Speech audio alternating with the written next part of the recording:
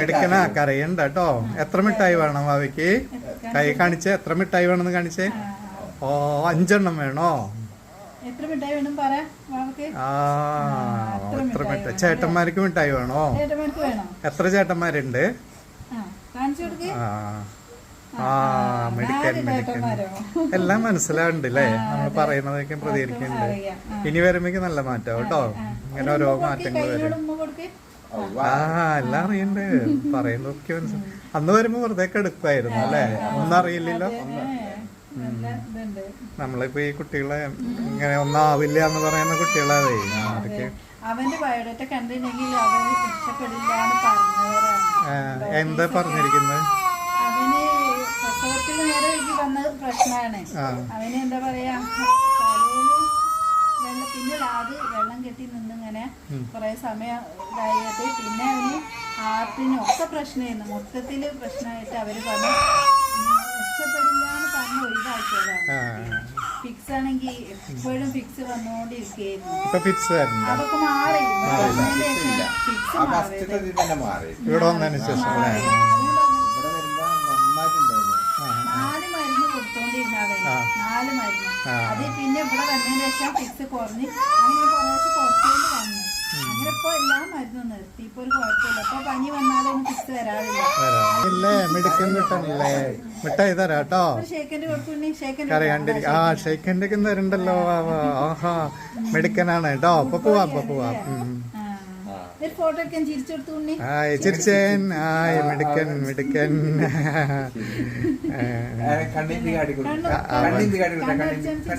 അയ്യോ കണ്ണടച്ച അമ്പടോ. നല്ല good boy ആയല്ലേ?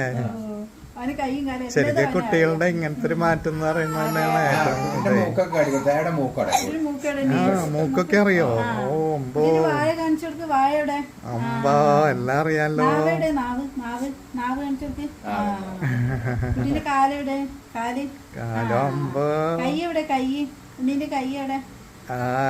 എല്ലാം അറിയണ്ട് കേട്ടോ. മിടുക്കനാണ് കേട്ടോ. അമ്പോ ആഹാ ശരിക്കും എല്ലാം ഇതായില്ലേ? ശരിക്കും ബ്രെയിൻ അല്ല, ഇങ്ങനെയുള്ള കുട്ടികൾക്ക് ബ്രെയിൻ ഡെവലപ്പ് ചെയ്യില്ല എന്ന് പറയണതേ. പക്ഷെ ഇപ്പൊ ഇവർക്കൊക്കെ നല്ല മാറ്റല്ലേ ഉള്ളത്. പിന്നെ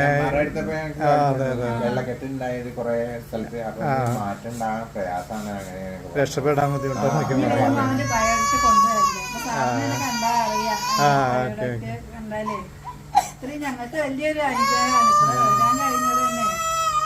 നീ ശരിയാവും. കോഴിക്കോട് മെഡിക്കൽ കോളേജ് പറഞ്ഞ എന്തിനായി മറ്റുള്ള കുട്ടികളെ നോക്കുന്ന സമയം അങ്ങനെ പറഞ്ഞു.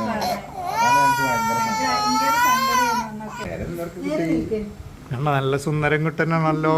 ഇനി കാറൊക്കെ ഓടിക്കേണ്ട കുട്ടിയാട്ടോ. കാർ ഓടിക്കില്ലേ? കാർ ഓടിക്കും. പിന്നെന്ത് ചെയ്യും? പിന്നെ എന്തോടിക്കും? ബസ് ഓടിക്കോ? ബസ് ഓടിക്കുന്നറിയേ.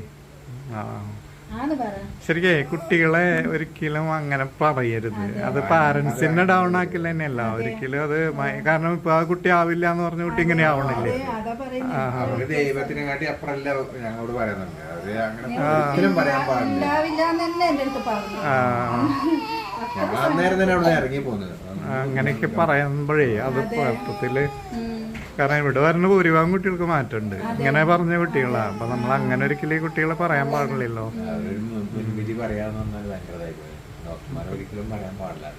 കുട്ടികൾക്ക് ഇപ്പൊ ഇത്രയും മാറ്റം എന്ന് പറഞ്ഞ നിസ്സാരമാണ്. ഇനിയിപ്പോ ഒരു കൊല്ലം കഴിയുമ്പോഴേക്കും ഒരു പനി വന്ന